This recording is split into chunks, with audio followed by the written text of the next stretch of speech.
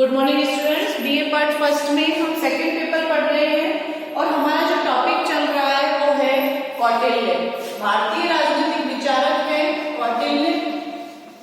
इन्होंने अपनी पुस्तक अर्थशास्त्र में राजनीति विज्ञान से संबंधित बहुत से विचार दिए, राज्य की व्यवस्था से संबंधित विचार दिए और बताया कि एक अच्छे राज्य के निर्माण के लिए किन किन चीजों का होना आवश्यक है। कल हमने अपनी पिछली कक्षा में अमात्य और मंत्री परिषद के बारे में पढ़ा कि राजा को सही सलाह देने के लिए एक अमात्य और एक मंत्री परिषद की भी आवश्यकता होती है और मंत्रियों की योग्यताएं बताई कि मंत्री जो है वो किस तरह से योग्य होना चाहिए, तभी वो राजा को सही सलाह देगा और राज्य का भला होगा। कौटिल्य ने धर्म व्यवस्था भी बताया है। इसके बाद में जो नेक्स्ट टॉपिक आता है कौटिल्य के संबंधित वो है वैदेशिक संबंध या परराष्ट्र नीति।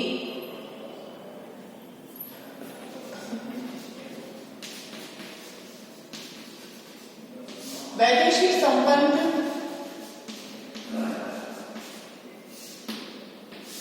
वैदेशिक संबंधों के अंतर्गत कौटिल्य ने कहा है किसी भी राज्य को किसी भी राजा को दूसरे राजा के साथ किस तरह से अपने संबंध स्थापित करने चाहिए, किन नीतियों को अपनाना चाहिए। तो इन्होंने भी मनु की ही तरह दो सिद्धांत बताए हैं। पहला है इसमें मंडल सिद्धांत और दूसरा है षाटगुण्य नीति।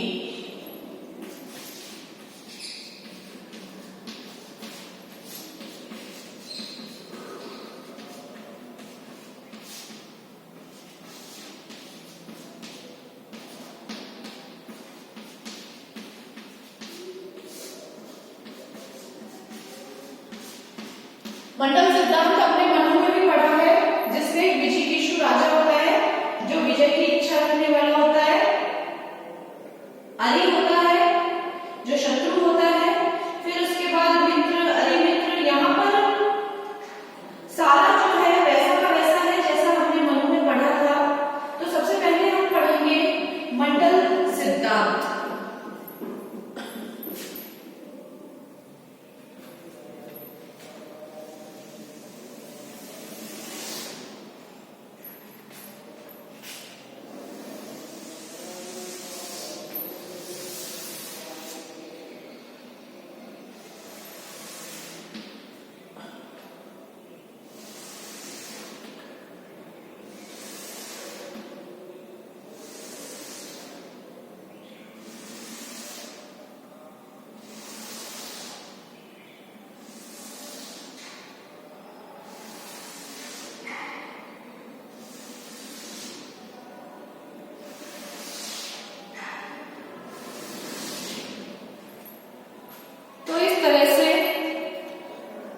मनु की ही तरह 10 राज्य हैं इसके मंडल में भी जो सीधे हैं और 2 इसमें उदासीन और मध्यम है।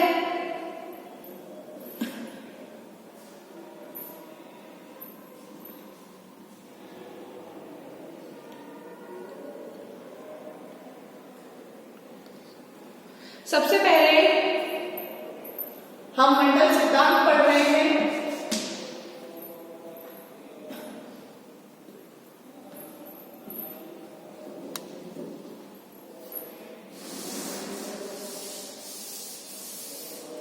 इसमें एक विजिगीषु राजा होता है जो विजय की इच्छा रखता है।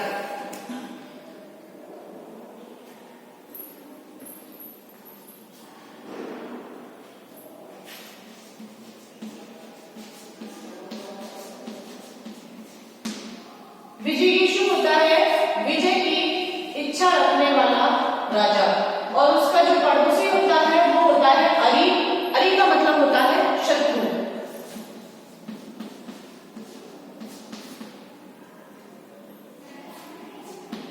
एक राज्य होता है जो मध्यम होता है, जिससे इन दोनों की ही विजिगीषु की और अरि की दोनों की सीमाएं लगती हैं।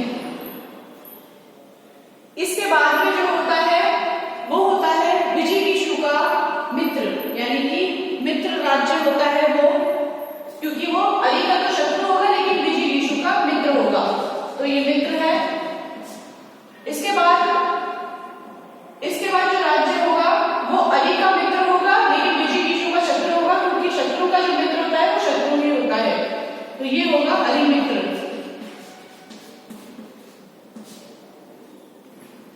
अरिमित्र। उसके बाद अरिमित्र के बाद होगा फिर से शत्रु राज्य, क्योंकि वो मित्र का शत्रु होगा। और इसके बाद में है अरिमित्र का मित्र, तो अरिमित्र मित्र। तो 5 राज्य इस तरह से आगे की तरफ होते हैं और 4 राज्य इस तरह से पीछे की तरफ होते हैं। तो सबसे पहले होगा पार्श्वग्राम। पार्श्वग्राम होता है पीठ का शत्रु।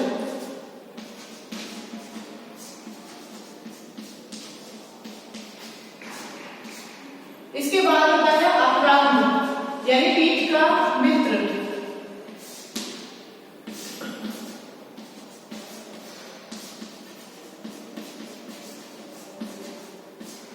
पीठ का मित्र होता है ये अपरांध।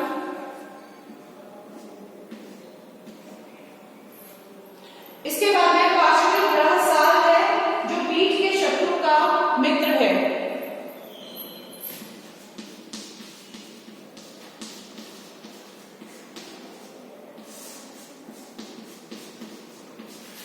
जो पीठ के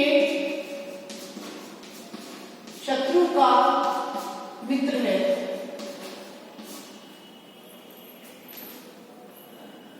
इसके बाद आक्रांत सार है,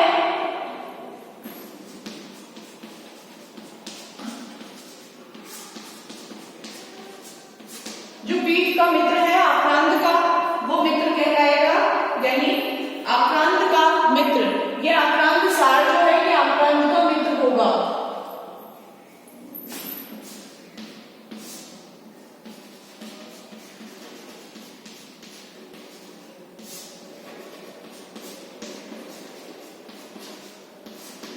तो इस तरह से 4 राज्य पीछे की तरफ, 5 राज्य आगे की तरफ। एक हो गया इसमें विजिगीषु और एक हो गया इसमें मध्यम।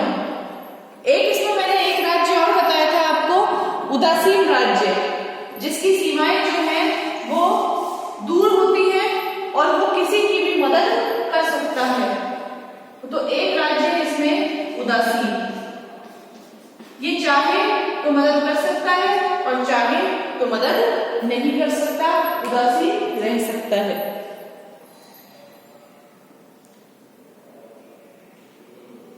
तो इस तरह से आपके कौटिल्य ने मंडल सिद्धांत बताया है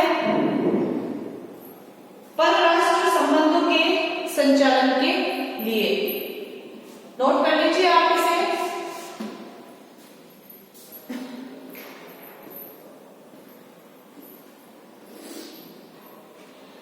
ये हमने पढ़ा था मनु ने भी ये मंडल सिद्धांत बताया है। इंग्लिश मीडियम के जो बच्चे हैं उनको ये नहीं मिलेगा, उनके बुक में शायद नहीं है ये, तो आप इसे इंग्लिश में लिख सकते हैं। आक्रांत को आक्रांत लिखे, पार्श्वग्राह को पार्श्वग्राह, विजिगीषु को विजिगीषु, अरि को अरि। तो इस तरह से आप लिख सकते हैं और ये चार्ट बना सकते हैं। कौटिल्य ने विदेश नीति के संचालन के लिए मंडल सिद्धांत दिया है। एक राजनीतिक विचारक के रूप में जो कौटिल्य है वो उनका विशेष महत्व है।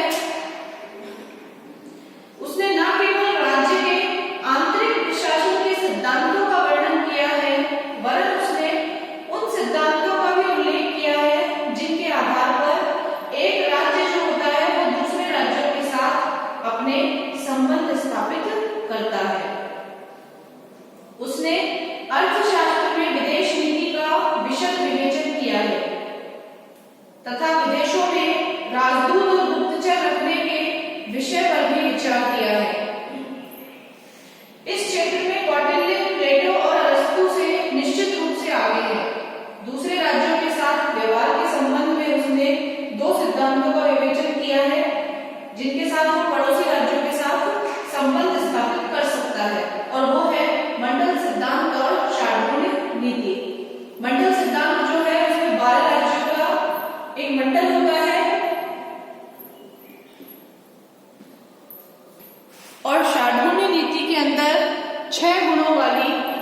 नीति होती है जो किसी भी राजा को अपनानी चाहिए। शार्दुल का मतलब होता है 6 गुणों वाली नीति। इसमें मंडल सिद्धांत के अंदर सबसे पहले ये विजयकीशु राजा होता है और ये विजय की इच्छा रखने वाला राजा होता है।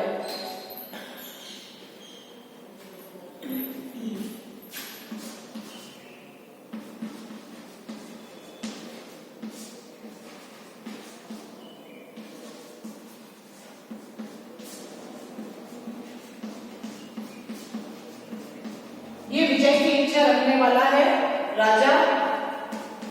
और उसके बगल में अरीब का राज्य होता है जो कि शत्रु होता है। फिर है मित्र जो कि विजयकीशु का मित्र होता है।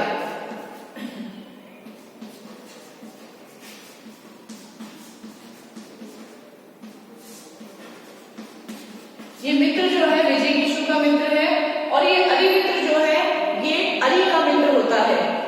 और ये शत्रु जो है वो मित्र का शत्रु होता है और ये अरी मित्र है, ये अरी मित्र का मित्र होता है। और एक राज्य से उदासीन होता है जो बहुत दूर होता है।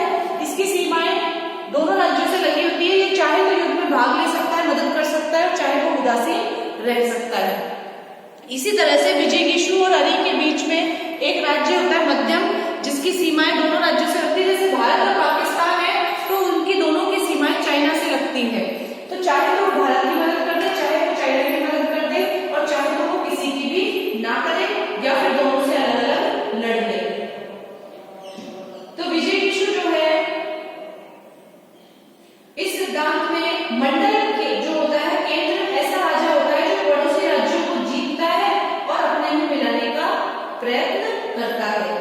कौटिल्य ने ऐसे राजा को ही विजयकीशु राजा यानी कि विजय की इच्छा रखने वाला राजा कहा है। उसकी मान्यता है कि एक राजा का पड़ोसी राज्य स्वाभाविक रूप से उसका शत्रु राज्य ही होता है। विजयकीशु राजा के राज्य की सीमा से लगा हुआ जो राज्य होगा वह अरी यानी कि शत्रु राज्य होता है। विजयकीशु के राज्य से अलग किंतु उसके पड़ोसी राज्य से मिला हुआ राज्य जो है वो विजयकीशु का मित्र होगा और मित्र राज्य से मिला हुआ राज्य जो है वो अरी मित्र होता है। तो कहने का ये आशय है कि अपने निकटतम पड़ोसी राज्य का जो राजा है वो शत्रु होता है और उसके आगे का जो राज्य होता है वो उसका मित्र होता है। और इसी प्रकार से ये आगे अरी मित्र और ये इस तरह से क्रम चलता रहता है। तो 5 राज्य जो होते हैं वो आगे की तरफ होते हैं मित्र और शत्रु के, और पीछे की तरफ वाला जो राज्य है वो पार्षणिक ग्राह है यानी कि पीठ का शत्रु है। पार्षणिक ग्राह पीठ का शत्रु है। उसके ऊपर जो उससे सटा हुआ राज्य है वो आक्रांत है। आक्रांत जो है वो विजयकीशु का पीठ का मित्र है यानी पीछे वाला मित्र है। और पार्षणिक ग्राह सार जो है वो पार्षणिक ग्राह का मित्र है, पीठ के शत्रु का मित्र है। और आक्रांत सार जो है वो पीठ के जो मित्र है आक्रांत उसका मित्र है आक्रांत सार। तो इस तरह से 4 राज्य पीछे की तरफ, 5 राज्य आगे की तरफ, 9 और एक विजयकीशु 10 और एक मध्यम 11 और एक उदासीन 12। तो ये 12 राज्यों का एक मंडल होता है मंडल सिद्धांत के अंतर्गत। नोट कर लीजिए आप इसे। ये 12 राज्यों का होता है मंडल।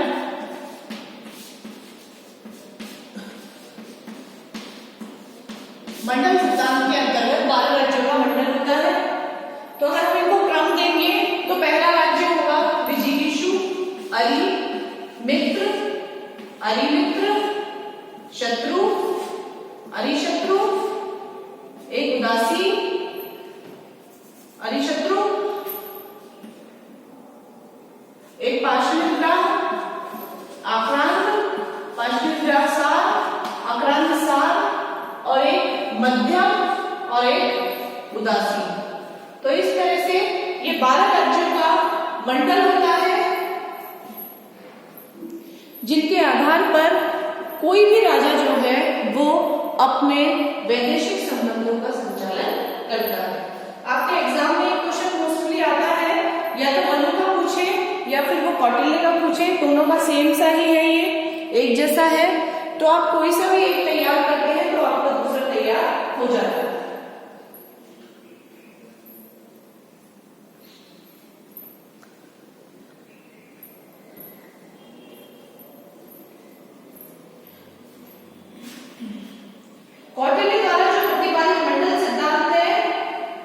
ठीक है, जैसे कि वर्तमान में भारत और पाकिस्तान की जो सीमाएं हैं वो चीन से लगी हुई है और बहुत सी मानक इस कारण इन राज्यों के साथ भारत के मतभेद जो है वो बने हुए हैं और भारत के प्रति मतभेदों की इस समानता के कारण ही पाकिस्तान और चीन परस्पर मित्र हैं। इस प्रकार भारत, पाकिस्तान और अफगानिस्तान तीनों देशों के पारस्परिक संबंधों को भी मंडल सिद्धांत के आधार पर समझा जा सकता है। मंडल सिद्धांत के संबंध में डॉक्टर अल्तेयर ने कहा है कि प्राचीन विचारक ये जानते थे कि युद्धों को पूर्ण रूप से समाप्त नहीं किया जा सकता, अतः उन्होंने इसके खतरे को कम करने के लिए एक ऐसे सिद्धांत का प्रतिपादन कर दिया या समर्थन किया जिसके अनुसार देश में विद्यमान अनेक छोटे बड़े राज्यों में देश शक्ति का विवेकपूर्ण संतुलन बना रह सके और युद्ध ना हो। तो ये मंडल सिद्धांत जो है वो उसी शक्ति संतुलन के प्रतिफल ये हमें प्राप्त होता है। इसके बाद में जो हम पढ़ेंगे वो है कौटिल्य का दूसरा सिद्धांत विदेशी संबंधों का, वो है शार्दूल नीति।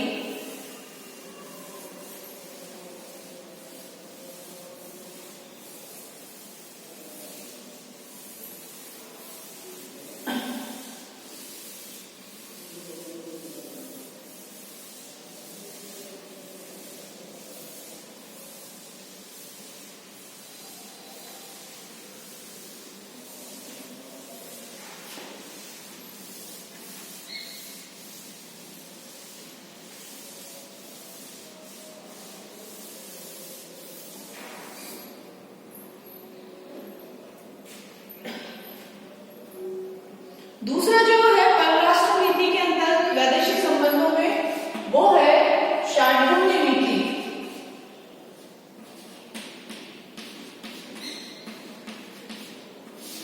शार्दूल नीति का मतलब होता है 6 गुणों वाली नीति।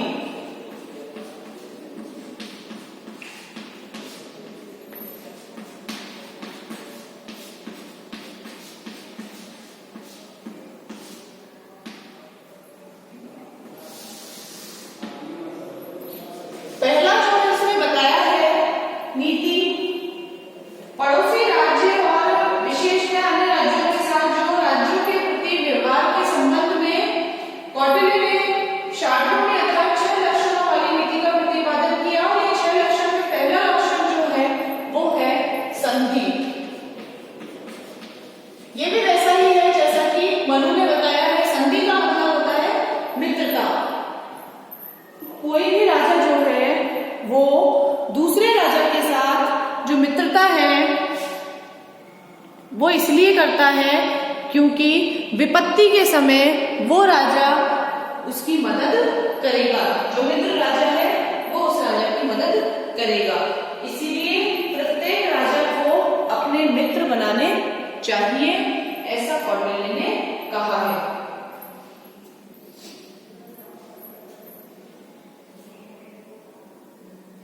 उसके अनुसार जो है शत्रु से भी उस समय संधि कर लेनी चाहिए। कौटिल्य कहता है जब शत्रु पर विजय प्राप्त नहीं हो सकती। अगर आपको ऐसा लगे कि शत्रु बहुत बलवान है और उस पर विजय प्राप्त नहीं हो सकती है तो उसे भी मित्र बना लेना चाहिए और स्वयं को सबल तथा शत्रु को निर्बल बनाने के लिए कुछ समय प्राप्त करना आवश्यक हो। कौटिल्य के अनुसार संधि जो है वो कई तरीके से हो सकती है। संधि के द्वारा स्वयं को और बलशाली बनाना होता है क्योंकि मित्र राष्ट्र जो है वो मुसीबत के समय उसकी मदद करेंगे। दूसरा जो इसमें आता है वो है विग्रह। दूसरी जो नीति है वो है विग्रह और विग्रह का मतलब होता है युद्ध। कौटिल्य ने राजा को कहा है कि राजा को युद्ध तभी करना चाहिए जब राजा शत्रु को निर्बल देखे। जब राजा को ये लगे कि उसका जो सामने युद्ध कर रहा है वो उससे कमजोर है, उससे निर्बल है, उसकी सेनाएं कमजोर है, तभी किसी राजा को युद्ध करना चाहिए, नहीं तो राजा को युद्ध नहीं करना चाहिए, ऐसा कौटिल्य कहते हैं। जब राजा को लगे कि सारी व्यवस्थाएं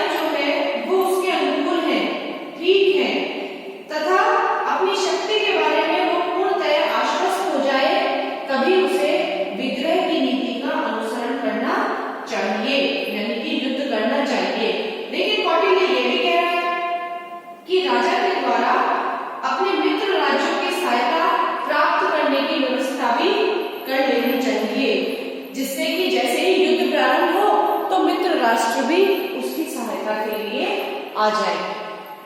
तो विग्रह जो है वो भी महत्वपूर्ण पार्ट है इन परराष्ट्र संबंधों का। युद्ध इसलिए भी आवश्यक है क्योंकि बिना युद्ध के अपनी राज्य की सीमाओं का विस्तार नहीं हो सकता। कौटिल्य कहते हैं कि एक राजा को हमेशा प्रगतिशील होना चाहिए, अपनी सीमाओं का विस्तार करते रहना चाहिए, उसके लिए युद्ध आवश्यक है। लेकिन युद्ध तभी करना चाहिए जब सारी जो व्यवस्थाएं हैं वो उसे अपने अनुकूल लगे। तीसरा जो इसमें नीति बताई है वो है यान। और यान की जो नीति है इसका मतलब होता है वास्तविक आक्रमण।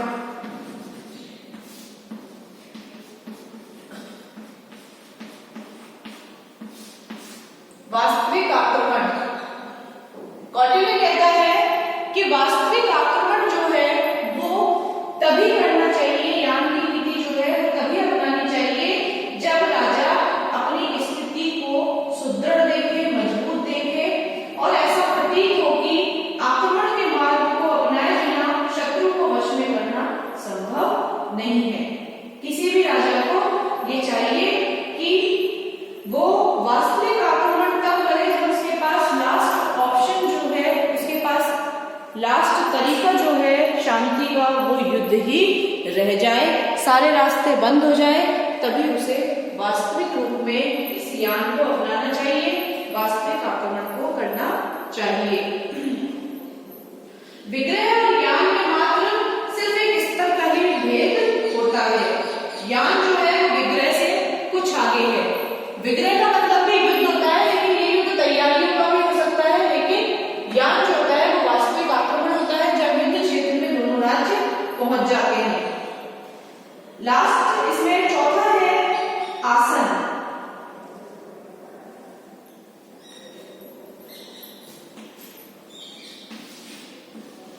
आसन की नीति जो है वो तब अपनानी चाहिए, तो आसन का मतलब होता है तटस्थता,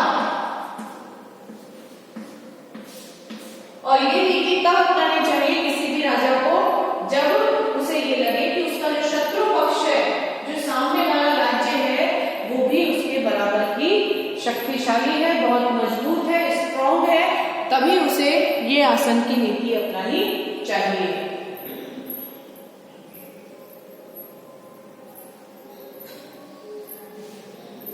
जब विजयी विष्णु और शत्रु समान रूप से शक्तिशाली है तो राजा के द्वारा ये तटस्थता की नीति अपनाई जाती है, और आसन की नीति अपनाते हुए भी राजा के द्वारा शक्ति अर्जन की निरंतर चेष्टा करनी चाहिए। ये नहीं है कि आसन की या तटस्थता की नीति अपना करके राजा शांति से चुपचाप बैठ जाए, ऐसा नहीं होना चाहिए। राजा को तटस्थ रहकर भी अपनी शक्ति को अर्जित करते रहना चाहिए, शक्ति का अर्जन करते रहना चाहिए। पांचवा है इसमें संशय।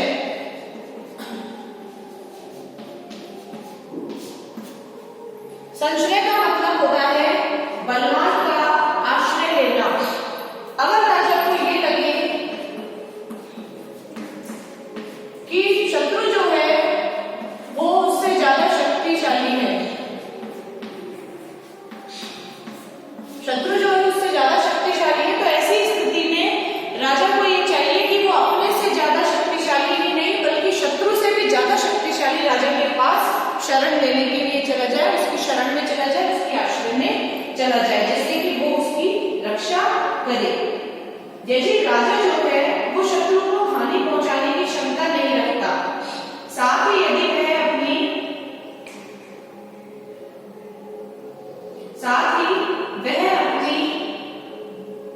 रक्षा करने में असमर्थ है तो उसे बलवान राजा के आश्रय में चला जाना चाहिए। पर इस बात का ध्यान रखना चाहिए कि यदि किसी राजा का आश्रय लिया जा रहा है तो वो न केवल खुद से ज्यादा बलशाली हो बल्कि शत्रु से भी ज्यादा बलशाली होना चाहिए। यदि इतना बलवान राजा नहीं भी मिले तो सबल शत्रु की शरण भी ली जा सकती है। अगर आपको इतना बलवान राजा नहीं मिल रहा है जो आपसे और आपके शत्रु से ज्यादा बलशाली है, तो ऐसी स्थिति में आपको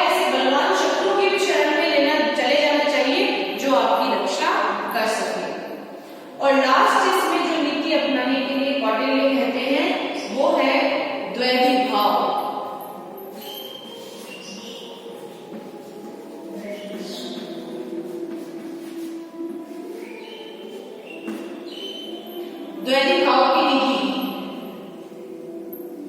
द्वैधी भाव का मतलब होता है कि एक राज्य से संधि और दूसरे राज्य के प्रति विग्रह की नीति अपनाना है।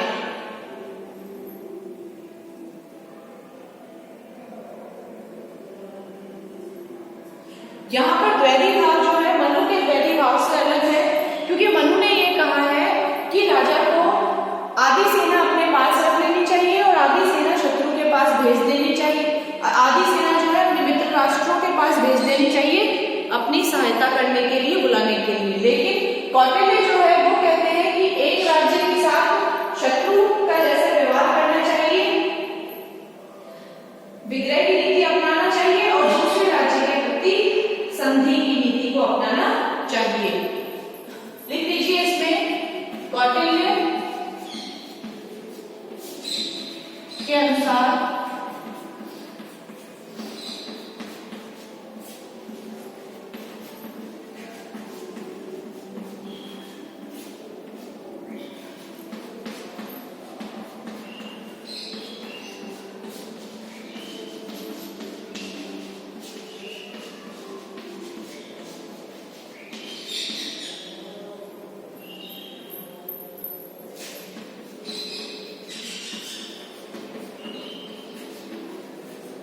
एक राज्य के साथ संधि व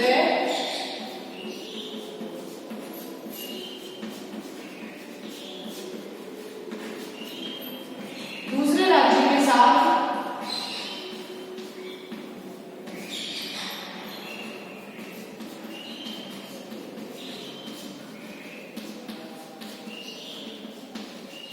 विग्रह की नीति को अपनाना चाहिए।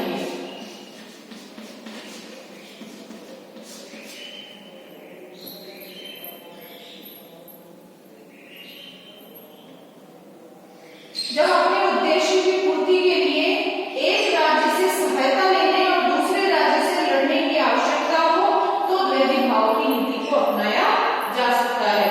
यदि एक राज्य से लड़ने की जरूरत है अपने उद्देश्यों की पूर्ति के लिए,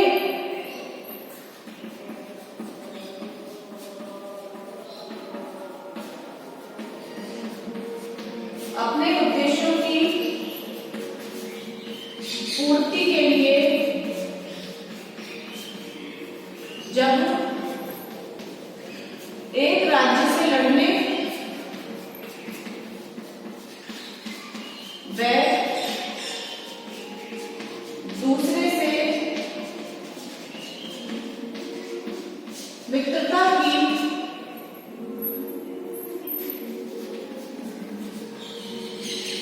आवश्यकता हो तो इस द्वैधी भाव की नीति को अपनाना चाहिए।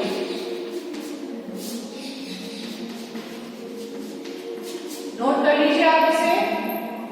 ये द्वैधी भाव की नीति है और ये शार्दूल की नीति के अंतर्गत मनु ने ये 6 प्रकार की, कौटिल्य ने ये 6 प्रकार की नीतियां बताई हैं। संधि, मित्रता यानी विग्रह यानी युद्ध, यान का मतलब होता है वास्तविक आक्रमण, आसन का मतलब होता है तटस्थता की नीति को अपनाना, संश्रय का मतलब होता है बलवान का आश्रय लेना और द्वैधी भाव का मतलब होता है 2 तरह की नीति अपनाना। अगर एक राज्य के साथ शत्रुता का व्यवहार करना और दूसरे राज्य के साथ मित्रता का व्यवहार करना।